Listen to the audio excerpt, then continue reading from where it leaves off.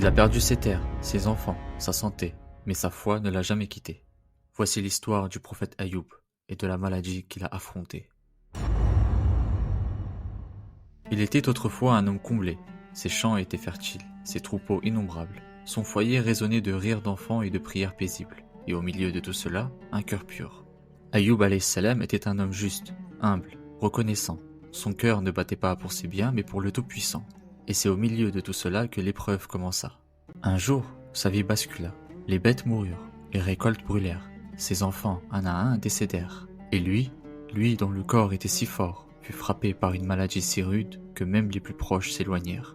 Sa peau se fendait, ses membres s'atrophiaient, la douleur devenait son quotidien, mais pas une plainte, pas une révolte, pas même un soupir de reproche. Il disait « Allah me voit, et s'il m'éprouve, c'est qu'il m'aime encore. » Les années passèrent, seule son épouse resta à ses côtés. Elle soignait ses plaies, elle priait pour lui, elle pleurait, mais lui, jamais. Le silence s'était installé, mais au fond du silence brûlait une lumière. Son corps tomba en ruine, mais deux choses restaient intactes, son cœur et sa langue. Son cœur pour se souvenir du Tout-Puissant et sa langue pour l'invoquer. Jusqu'au jour où ces deux trésors furent touchés. C'est alors, affaibli, brisé, qu'Ayoub alayhi salam leva les mains au ciel.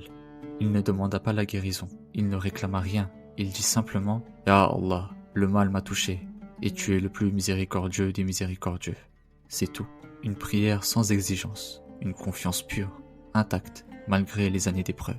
Alors, du ciel descendit l'ordre.